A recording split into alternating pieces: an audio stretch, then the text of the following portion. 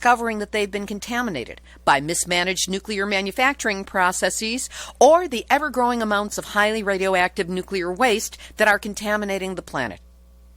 But we rarely hear that the entire nuclear fuel chain begins with uranium mining, which leaves behind its deadly waste in abandoned mines throughout the West, especially on Navajo Nation land.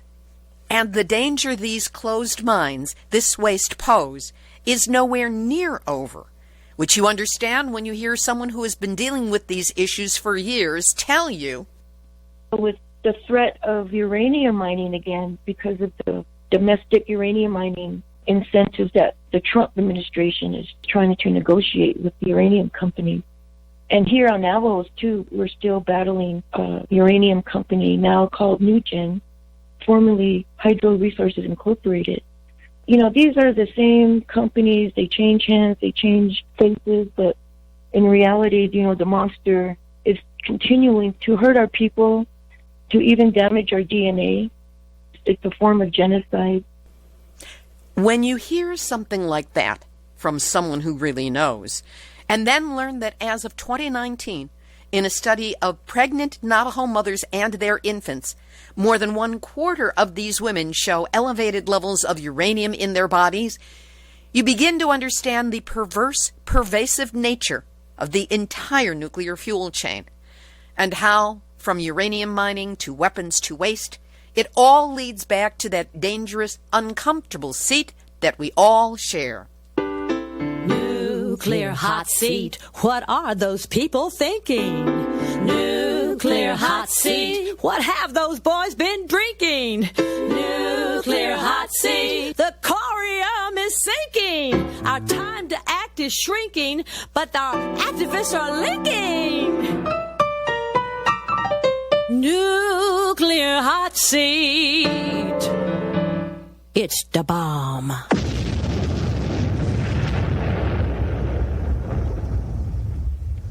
Welcome to Nuclear Hot Seat, the weekly international news magazine keeping you up to date on all things nuclear from a different perspective. My name is Libby Halevi. I'm the producer and host, as well as a survivor of the nuclear accident at 3 Mile Island from just 1 mile away. So I know what can happen when those nuclear so-called experts get it wrong. This week, we cover the story of the Navajo Birth Cohort Study, which has shown that over 1/4 of the Navajo Nation women and many of their babies who were enrolled in this study had elevated levels of uranium in their bodies. Anna Rondon, Program Director for the New Mexico Social Justice and Equity Institute, provides the perspective of the Navajo people and explains some of the cultural and historic challenges faced by researchers trying to collect medical data. Then, Dr. Johnnye Lewis, Director of the Navajo Birth Study Cohort and so much else, provides the medical story of what was and is being researched, what has been discovered thus far, and what's ongoing for this crucial study into the health impact of exposure to radioactive uranium. We will also have nuclear news from around the world, numbnuts of the week for outstanding nuclear boneheadedness, and more honest nuclear information than is being voted on in the U.S. elections today. All of it coming up in just a few moments. Today is Tuesday, November 5th, 2019, and here is the week's nuclear news from a different perspective. In Japan, the northeast part of the country continues to be hard hit by flooding, high waves, and landslides, and that includes the area around the radioactive remains of the Fukushima Daiichi nuclear power station. 340,000 people were told to evacuate Fukushima over landslide fears after flooding. No word in Japanese mainstream media about the possibilities of the spread of radiation because of the flooding. However, we did learn this week that during Hurricane Hagibis, 91 bags of contaminated Fukushima soil that had been so-called decontaminated had been washed away in the typhoon. 25 of those bags have been found empty, with their contents nowhere to be found. The bags of contaminated soil in so-called interim storage sites can be anywhere from lightly contaminated to over 100,000 becquerels per kilogram, with no declared top limit for contamination. So not only do we know what was in those 25 bags that were found empty, but there's an untold amount of radioactivity from damaged storage bags that cannot be traced. As we record this episode, the Meteorological Agency in Japan has predicted another 7 inches of rain over the next 24 hours. And speaking of the Olympics, the Australian Olympics Committee has been urged to inform its athletes and team members about the ongoing health effects of the 2011 Fukushima nuclear reactor disaster for those planning to attend the 2020 Tokyo Games. Tilman Ruff, a public health expert who co-founded the Nobel Peace Prize-winning International Campaign to Abolish Nuclear Weapons, or ICAN, in their Melbourne branch, said he had written to the Australian Olympic Committee to warn that levels of radioactivity in certain areas could be above the recommended maximum permissible exposure level.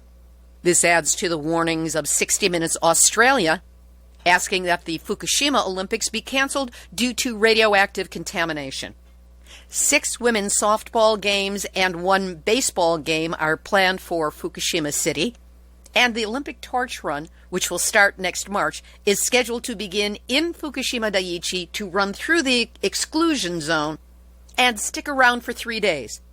At least Australia is getting some straight information on this deadly looming problem. In the U.S., Florida Power and Light wants to run the Turkey Point nuclear reactors for 80 years. Note that all U.S. nuclear reactors were initially licensed for 40 years because, in the minds of the people who designed and built them, that was how long they could be operated safely before decay and embrittlement of the containment vessels from the constant bombardment of nuclear pieces would render them unsafe to operate. And Turkey Point has had its problems. However, the Nuclear Regulatory Commission has moved a key step closer to allowing another 20-year extension on the operation to keep the plants running until 2050. In Massachusetts, Attorney General Maura Healey has asked the U.S. Appeals Court to put the Nuclear Regulatory Commission's approval of the license transfer for the shuttered Pilgrim Nuclear Power Station on hold until her lawsuit, which charges the Commission with violating the Atomic Energy Act and several other provisions in their own regulations, by approving Pilgrim's license transfer from Entergy Corporation to Holtec International without providing the Commonwealth with a meaningful opportunity to participate in the process. And in Southern California, a San Diego Superior Court judge has rejected a request from environmental activists and groups to halt the transfer of spent fuel at the San Onofre nuclear power plant from wet to dry storage on the basis that the canisters are not safe, they've already been damaged in the loading, and each one contains approximately the same amount of radioactivity as was released at the Chernobyl accident in Ukraine. Internationally, India confirms there has been a cyber attack on their nuclear power plant in Kudankulam. The European Union has voted to ease Japanese food import restrictions because, hey, the Olympics. And a new study on U.S.-Russian nuclear war shows that a war triggered by one low-yield nuclear weapon could lead to 91.5 million casualties in the first few hours. And now, Nuclear Hot Seat, Nuclear Hot Seat, Nuclear Hot Seat, Nuts of the Week. In this latest preview of the upcoming zombie apocalypse, 1 million cannibal ants trapped in a Soviet nuclear bunker have escaped. The colony, discovered in Poland, had no way out of the nuclear hellhole and no food source other than each other. So, in the ant version of Lord of the Rings, featuring Soylent Green, they made do with the supplies on hand. Brains. No word if potential radiation exposure made them that way. Scientists from the Polish Academy of Sciences, in their wisdom, then provided these nuclear cannibals with the means of leaving the bunker, which they did in droves. And now they're out in the world, where they could be up to any sort of mischief, replaying their historic roots and encoding it into their DNA for all future generations of these little atomic ants. It's no time for a picnic in Poland. And that's why scientists who not only discovered but then released these nuclear cannibal ants, you are this week's Nuclear Hot Seat, Numbnuts of the Week. We'll have this week's featured interview in just a moment. But first, it's turning into Thanksgiving here in the U.S. Even if you don't look at the calendar, you can tell from all that pumpkin spice nonsense on grocery shelves. What I am thankful for is you, who are on this nuclear journey with me. From the activists who send me word of what's happening in their parts of the country and the world, to the loyal crew that helps me post the show all over the internet every week, to the friends I've made who help me keep my spirits up when the nuclear numbnutsery gets to me, and you, the listeners, who make this weekly endeavor so worthwhile. And of course, I have tremendous gratitude for those of you who choose to donate to this show to help it keep going. Financially speaking, I could not do it without you. Now, we're facing the challenge of a long-planned upgrade of the Nuclear Hot Seat website. We found the right service provider, ID'd the platform we need, and a new template, and added better searchability. The challenge, though, is that we need to raise $1,200 to get this work started up and running. As soon as that money has been raised, we can jump into action creating a new, improved website with the goal of having it ready by the end of the year. So if you appreciate hearing the honest, vetted nuclear news on Nuclear Hot Seat and want to have an easier time accessing all 8.5 years of nuclear information currently in our archive, the time to donate is now. Just go to nuclearhotseat.com and click on the big red donate button to send us a donation of any size, or to set up a recurring monthly donation of any size. Know that I'm thankful you have allowed Nuclear Hot Seat into your life. I look forward to continuing to produce it for you every week, with your help, of course, and for that, you have my deepest gratitude. Here are this week's featured interviews.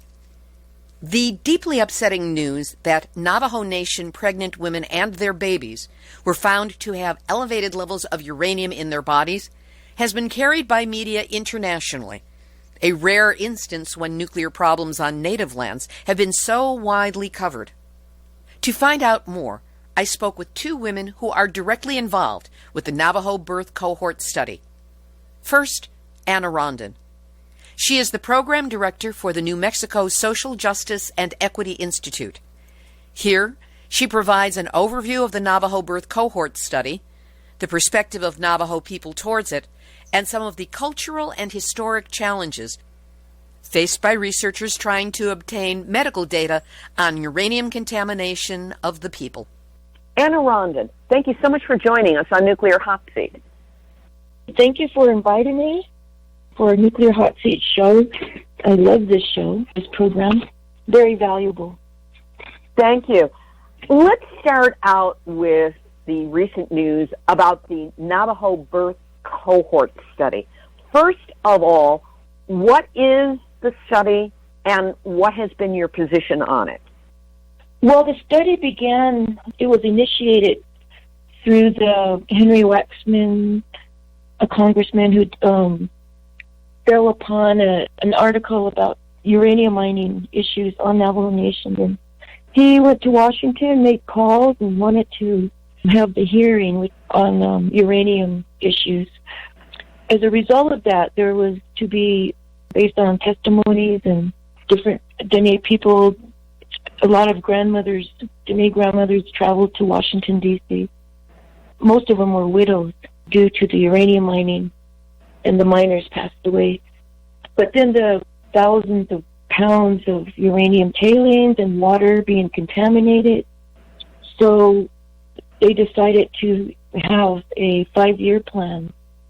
And as a result, now U.S. EPA, several other federal agencies got together, met out here in Gallup, New Mexico, and different locations. So this was in the 2007, and as a result, there was funding that was sought after to do the initial study. So it came from the Center for Disease Control, and we had a contract, the Navajo Department of Health. And so I served as the Navajo Nation supervisor for the birth cohort study. So I oversaw the community health environmental research specialist. So there were 5 that I supervised, and they were the first cohort of Navajo professional researchers that were very familiar with the terrain of the land, the landscape, and the social fabric of the people, which is very important, and the ones that were in the heart of the Navajo Nation that served Chinle Service Area, Indian Health Service, spoke fluent Navajo. Who was eligible for participation in the study, and what specifically was being looked at? To be eligible, you would have to have lived on the Navajo Nation at least 5 years, not consecutively, but at least 5 years, and to be at least 14 to 34, I believe it was. And so the women would have to follow that qualification and be an enrolled member of the Navajo Nation. Was it only women who were studied at this time? And babies. We recruited women that were prenatal. The fathers were also eligible if they wanted to participate as well. And then, of course, when the baby's born, they would also have the biological specimens given out. And that would be blood and urine samples. And so they would do this like every 3 months. And they would make appointments. They would go out and meet with the women at their home. And which was a challenge because when we're doing a study of this magnitude on Navajo Nation, where the majority of the roads are dirt roads, primitive roads for vehicles, even some of our community health representatives ride horses to go see their patients. Compounded with that and the fact that people living in Atlanta and Washington, D.C. don't really know what the people are up against in terms of doing a study of this nature and the additional resources that is needed to do it correctly and effectively because of the travel. And then, giving incentives for the women to participate. Because when you have a study, people, have bad memories of studies being done on people of color. So the community health environmental research specialists, they would have to go through training, human research protocols, so they would have to get certified in how to conduct themselves, also with HIPAA, which is Medical Records Privacy Act. You said that the women were giving samples, or they were supposed to give samples every 3 months. How long did the sampling last? Meaning, how long was each woman studied? Did it take 6 months, a year, more than 1 year? It would vary depending on when they were enrolled. Some went up to 12 months, 18 months, and then they would re-enroll again later on, a year or 2 later if they had gotten pregnant again. The other responsibility, we call them CHEERS, Community Health Environmental Research Specialists.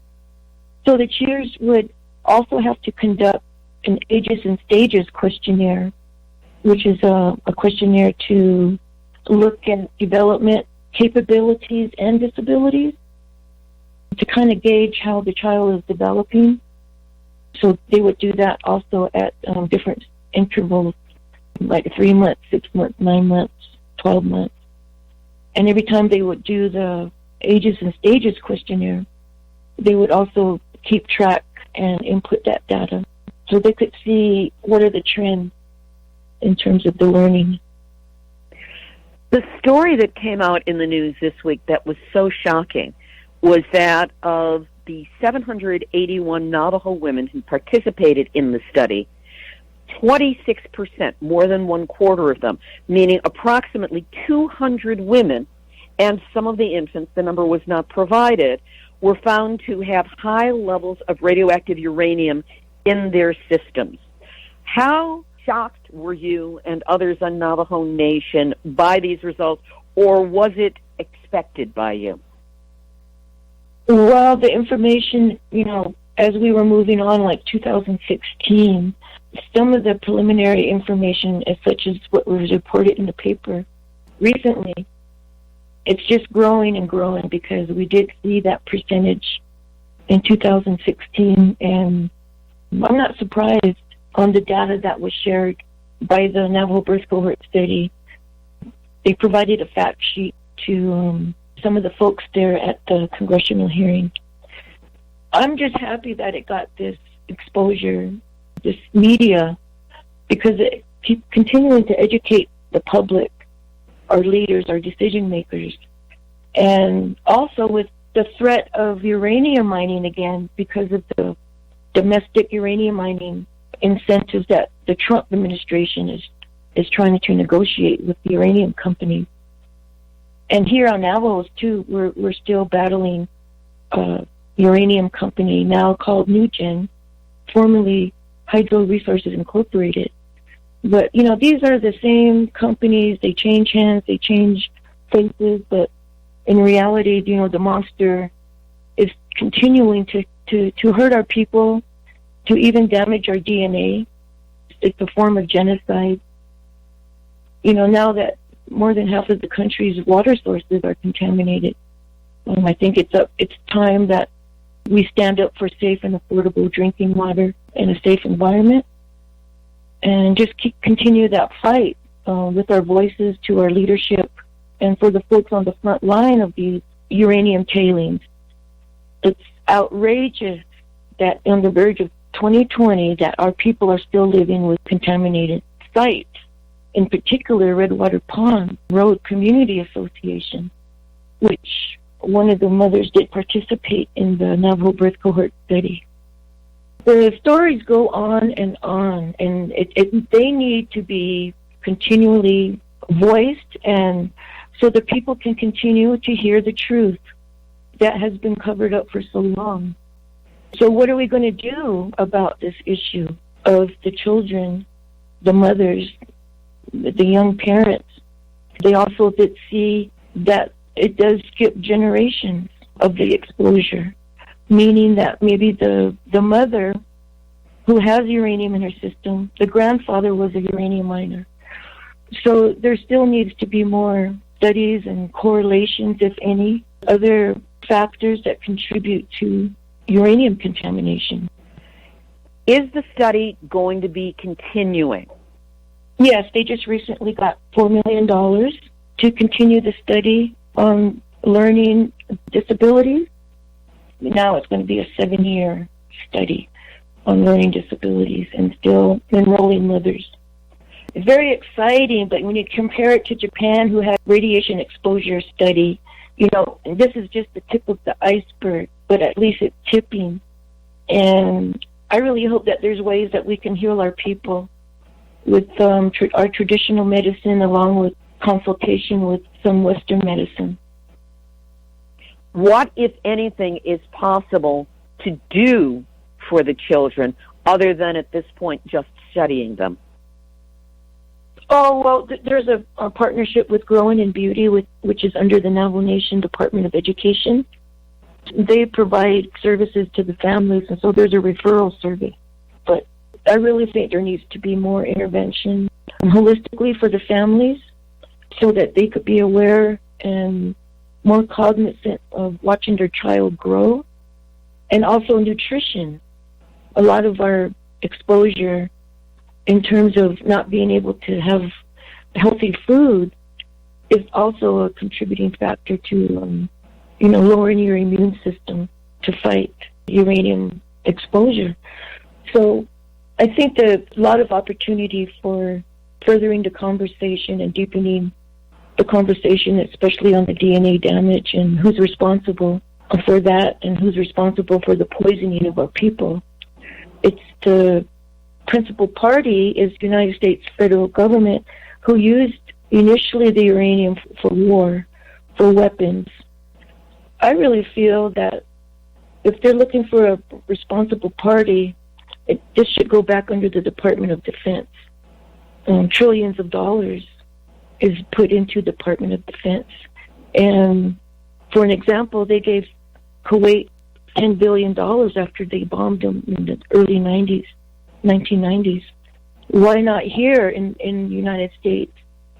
The indigenous peoples of this country, the first ones that lived here.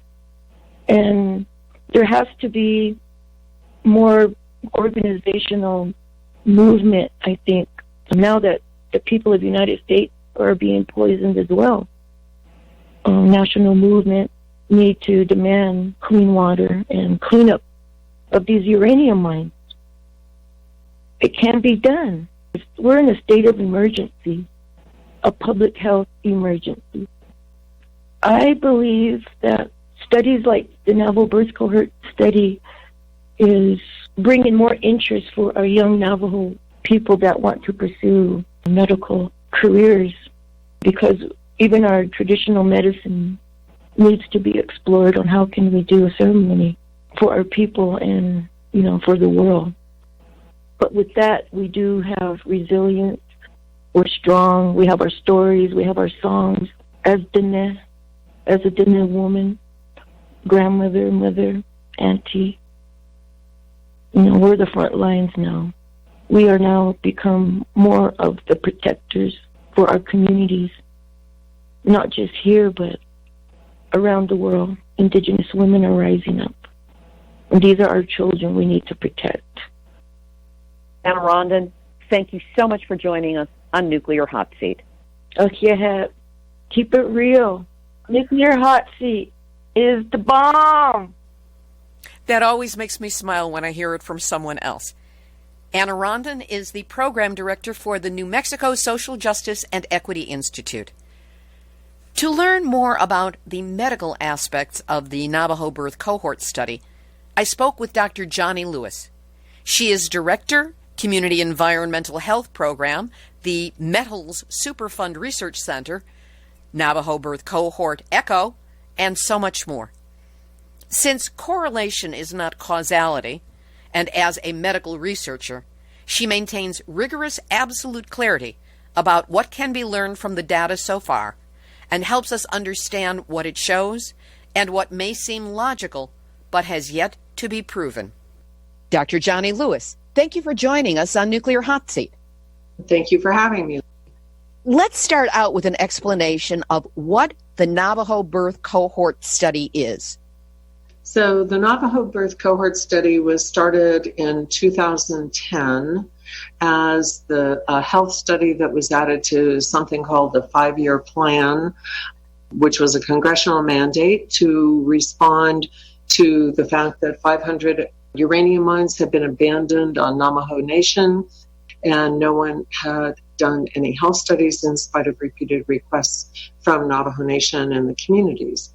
So in 2010, they put out a request for a health study on neurodevelopment to see how these exposures to communities were affecting the health of future generations. And that was something that had been a long-standing question that we heard when we were conducting other research.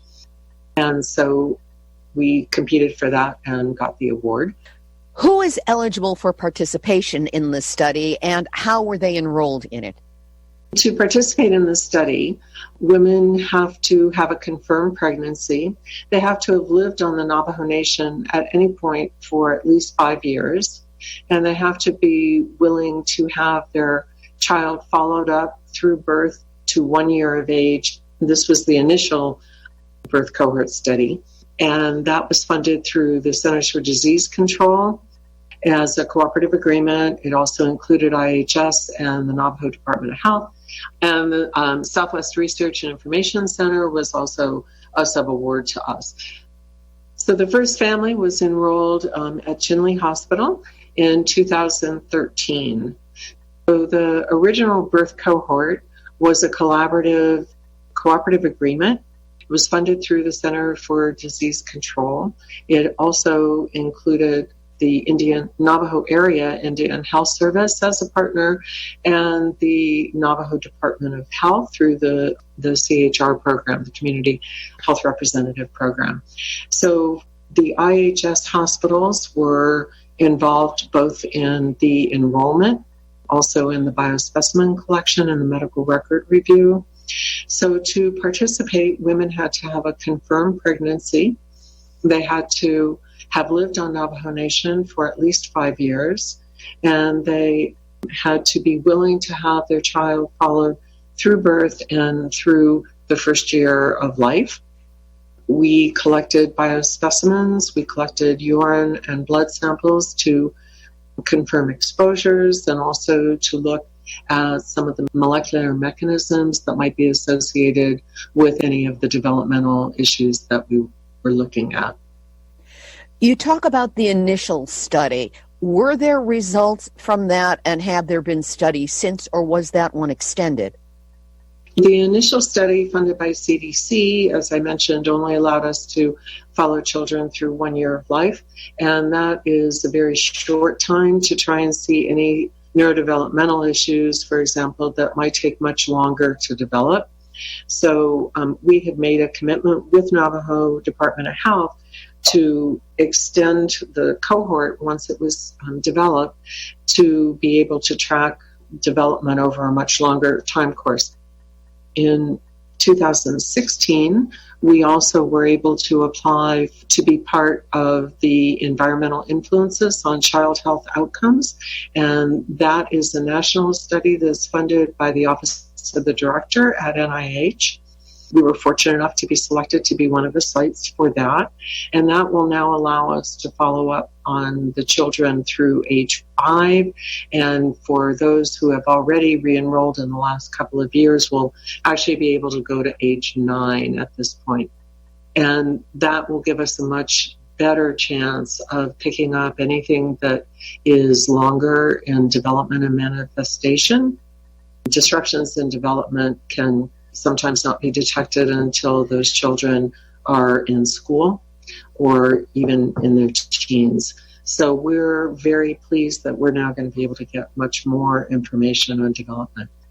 The initial birth cohort ended in August of 2018, and we are still in the process of analyzing all of the results from that.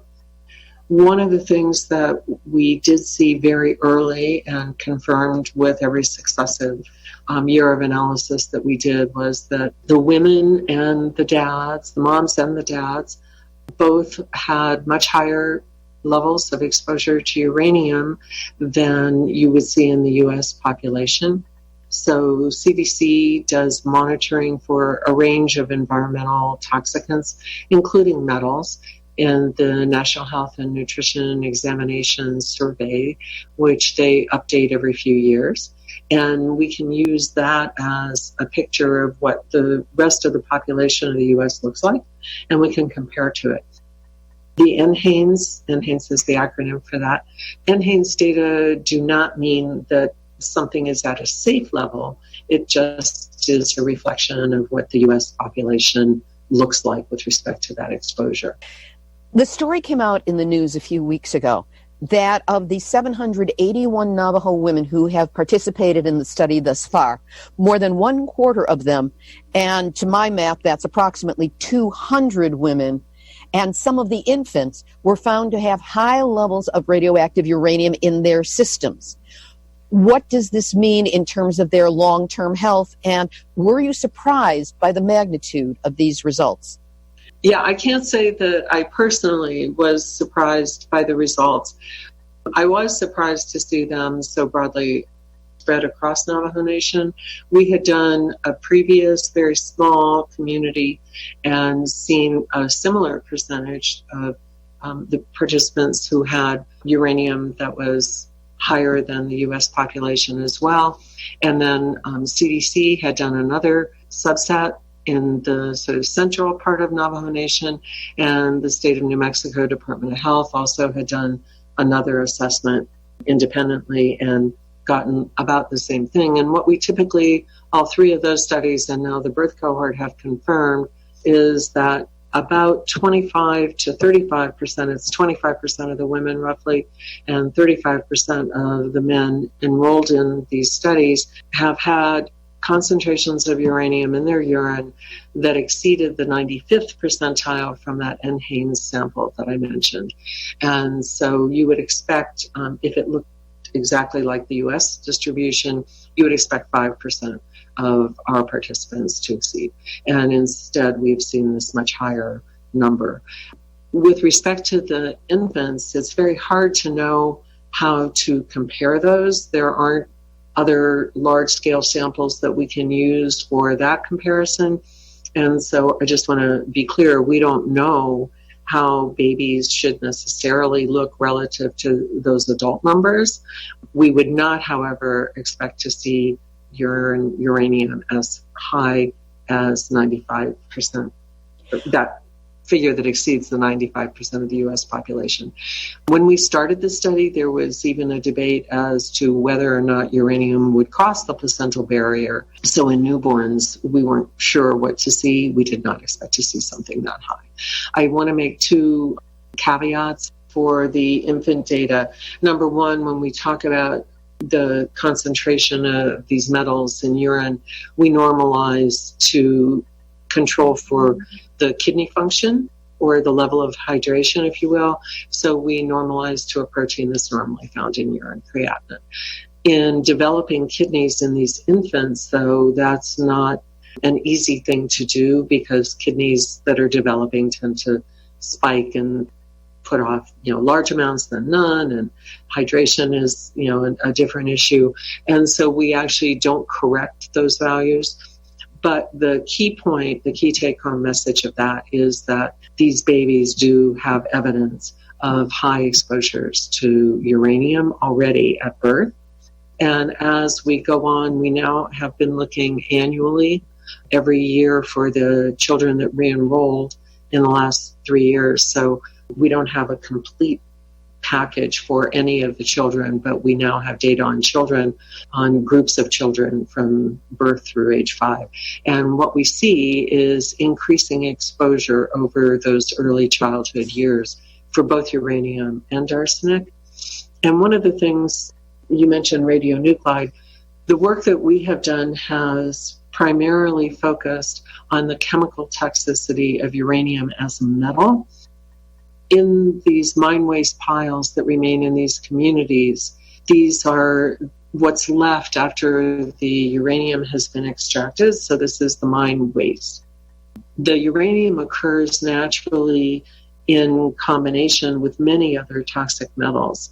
And all of those metals will also be in the mine waste. So when these piles are left near communities, the community is exposed potentially exposed at least, not only to the uranium, but to whatever other metals are in that waste material.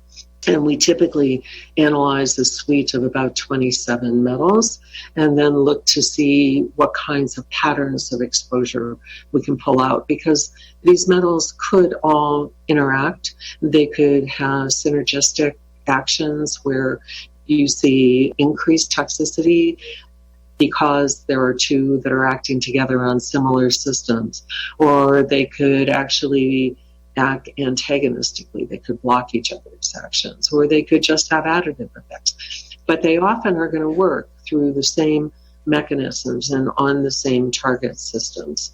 So that's why we look at all of the metals. You spoke about developmental problems that could show up in the babies as they grow. What are some of the diseases and developmental problems associated with exposure to uranium mining waste, not just in the babies, but also in their mothers? This will be the first comprehensive study on children. And, part of the reason we're doing it is we really have no idea what to expect. We've been looking now in 3 generations, Navajo participants. We started with older people, older meaning average age of 55, so not elderly, but older than the birth cohort. And what we found looking in those participants was a higher risk for cardiovascular disease, which was somewhat of a surprise. We started that study because the community came to us with concerns about kidney disease, knowing that uranium was a kidney toxicant, knowing that they were drinking, many of them from unregulated wells that could be contaminated either because of the mining or just because put into uranium-bearing formations. And so we had about 1,300 participants in the eastern portion of Navajo Nation in that first study. And indeed, we saw kidney disease increased for people who had exposures that also included the time of active mining. So they grew up in mining camps, for example. They had occupational exposures, possibly, although most of the people with occupational exposures in these communities had already died of lung cancer if they had worked in the mines at the time that we started the study. We had very few people who actually had occupational exposures. So if you controlled for that mining era exposure and then looked at just people whose only exposure was community activity, normal activities that they carried out in their day that brought them into contact with the waste, like herding livestock in the vicinity of these mine sites, living in proximity to many of these mine sites. Those kinds of activities led to an increased likelihood of cardiovascular disease and an increased likelihood of multiple chronic diseases if we looked at kidney disease, diabetes, and cardiovascular disease as a unit. They had a higher likelihood of getting 2 or even 3 of that constellation of diseases. We also had heard a lot about concerns that clinicians had about immune dysfunction, that they were having to much more aggressively treat infectious disease, that they were seeing more children with severe combined immunodeficiency. And so we wanted to look at function of the immune system in our population as well. And in the older population, we saw a much higher prevalence of self-reported autoimmune disease. And we also then, for everything that we do, not just for the autoimmune disease, we go back and check medical records, and then we also go back and look for mechanisms in laboratory studies that would support what we saw in the population. So when we talk about our results, they're generally not based solely on epidemiologic associations, but they also incorporate mechanistic studies in the lab, sometimes using pure metals that seem to be producing the effect and seeing if we get the same effect in animal models or in cell systems. And other times we will incubate serum from people in our studies with model systems to see if the serum generates the same kind of response. I notice in all of this that you haven't been talking about cancer. And it was stated in the AP article that, quote, no large-scale studies have connected cancer to radiation exposure from uranium waste. If that is so, why is it so? And what, if anything, is being done about it? Yeah, that's a great question. It is very difficult to do studies on cancer in these Native communities, largely because of distrust. There's been a lot of abuse of research in Indigenous communities in general. Navajo Nation in particular has a moratorium on genetic analyses at all.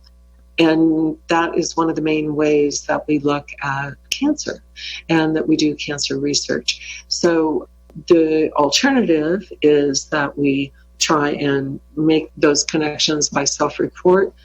It's a very uncomfortable thing for people to talk about in Indigenous communities. There's not a word in most Indigenous languages for cancer, and it's something that is just a very difficult thing to talk about even among families. It's not something that we have done a lot of research on at all.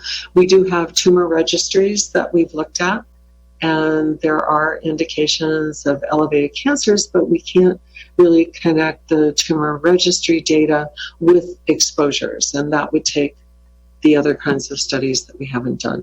We are in the process, actually we just yesterday submitted a proposal to see if we can develop respectful ways of doing that type of research in Indigenous communities. There is also now a policy on genetic analysis so that the communities can have more control over how genetic analyses are conducted and what happens to the data. A lot of the distrust around genetics comes from an abuse that occurred at Arizona State University. This was over 20 years ago. It involves samples from Hotseat tribe, and they mistakenly got picked up by investigators other than those who had collected them originally. They were analyzed for outcomes that were not in the original consent form, and it led to a real destruction of trust. There were actually several lawsuits that resulted from that, and that was when the moratorium on genetic research in Navajo began. With the development of this policy, which it appears is in draft form right now and likely to be voted on by tribal council sometime in the coming year. And once that is in place, it would reverse the moratorium, and we would have to look at designing studies that would follow the protocols that are laid out. So right now, we are not able to make any direct links between exposure and cancer, although it is a major concern in the communities. When this story hit, it seemed to be spread very widely. What has been the impact of the information going out about Navajo women and babies' uranium exposure and having it so widely disseminated? I think that it has been very much a surprise to a lot of people. Our laboratory actually was not connected in that story. It was based in some talking points that we had provided for another purpose, and we're very pleased that someone from IHS had introduced it into the hearing. But I think it's been difficult for people to kind of trace back where the source was. So we are just now starting actually to get requests from people to talk about this. We'll see. The hearings initially were also primarily looking at amendments to RECA, which is a bit of a different issue than what we're actually conducting our research on. That has a lot more to do with occupational and downwinder exposures. And while some of our results could play into the downwinder side, we are not specifically looking at the occupational exposure in these studies. What is next for these women and their babies, specifically the ones who have been found with such high levels of uranium in their bodies? We provide everyone with the results from their biomonitoring. We have done a lot of discussion with clinicians about what we find. We have very strong relationships with the hospitals and the pediatricians in IHS, and make sure that they're informed of what we're actually inserting into medical records now, which is the results of the biomonitoring. When we see these really high values, we also make sure that everyone gets information on where they could possibly be coming from. Part of the problem is we are not completely clear on what the primary exposure routes are. We started these studies thinking that drinking water was going to be the major source of exposure. That has not turned out, in most cases, to be the main source of exposure. Right now, we have most of the population in our current studies actually using regulated water sources. Now, there are a couple of those water sources that are not, at this point, meeting EPA drinking water standards. They are going through a compliance process. So there is some contribution from there, but it does not account for what we see population-wide across Navajo Nation. We are coming to believe that there is much more likelihood for inhalation exposure than we previously thought, and that it is much less spatially organized than we thought.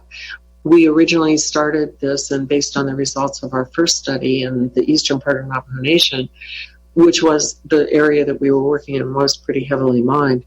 And we thought we would see, as we spread out over all of Navajo Nation, very much pockets around the mining districts and pockets of exposure that linked well with the mining district.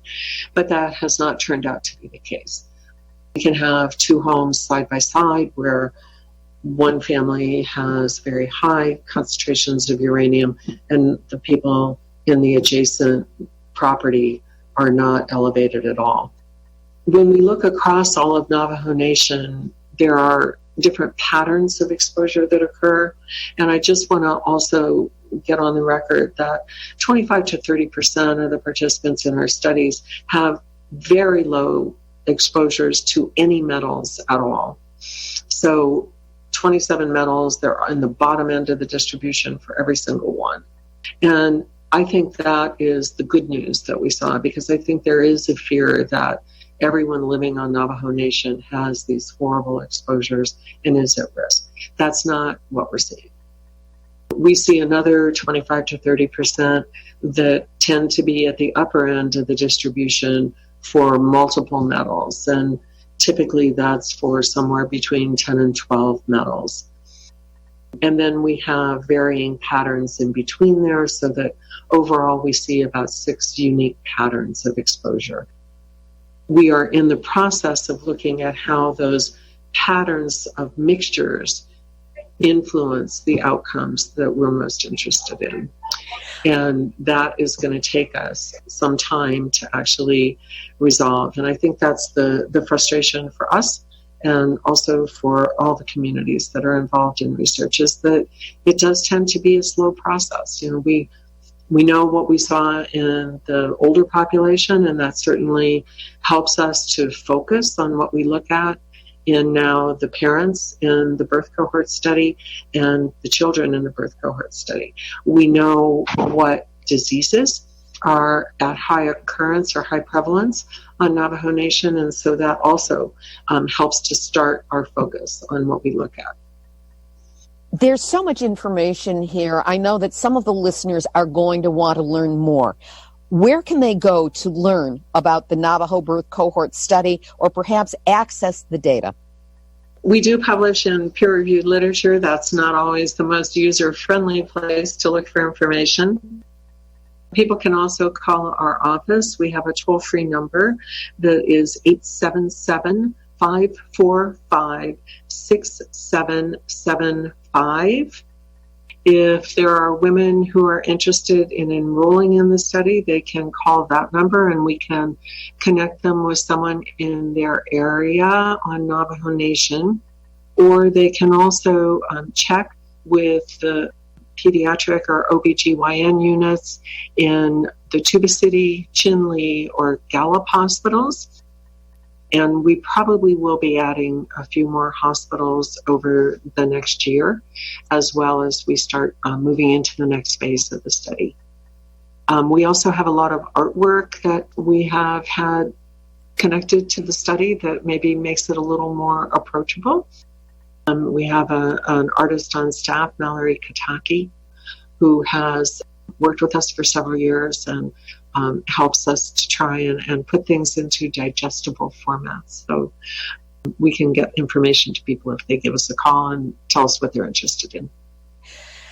The work you're doing is so crucial to understanding the long-term impact of this toxicity and this horrible uranium pollution on the people of Navajo Nation.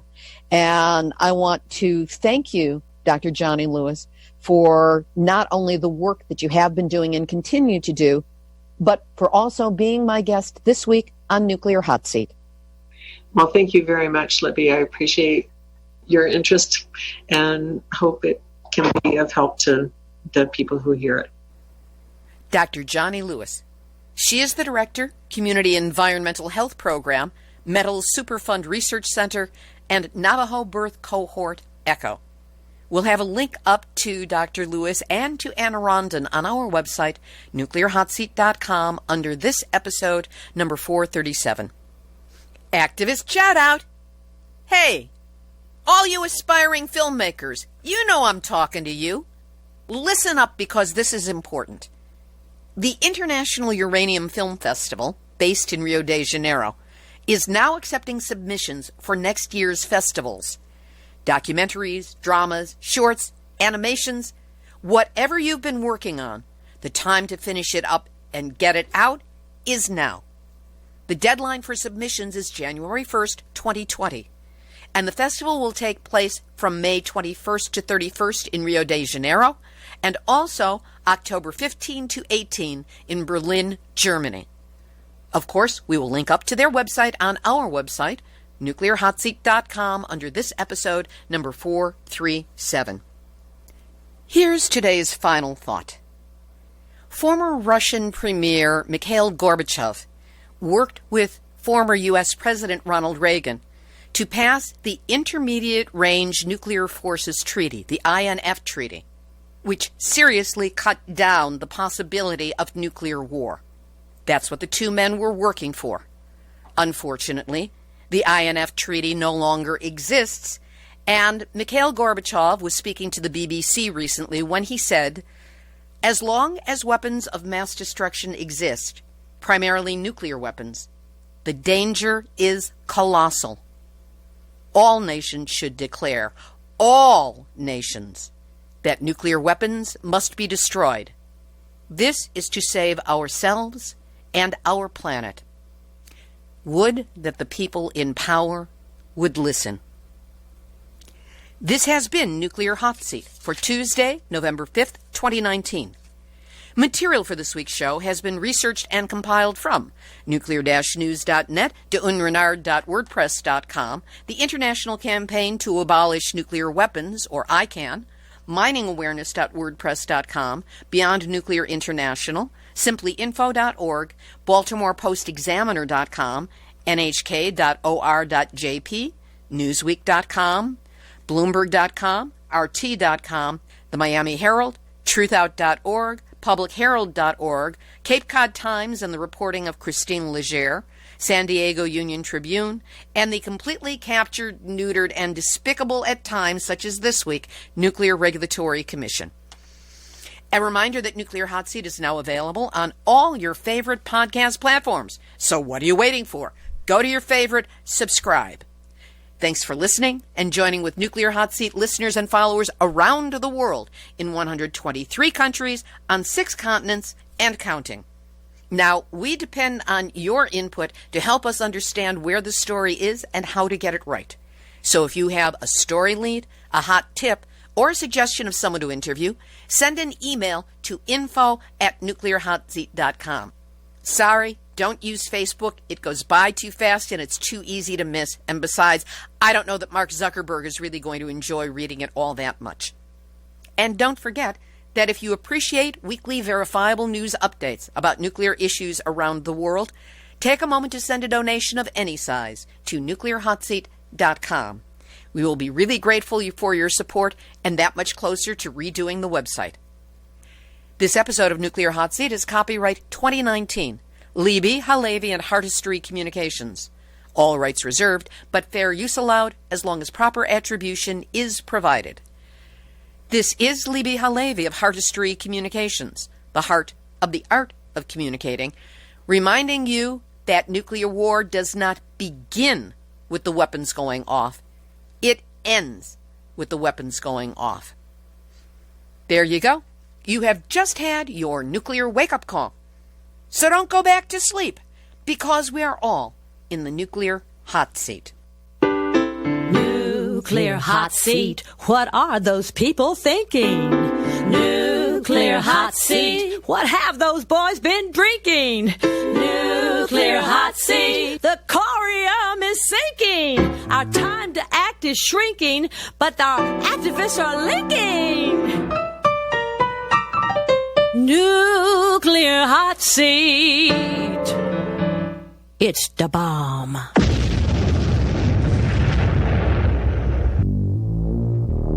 Question everything. Intelligent radio for intelligent people. UCY.TV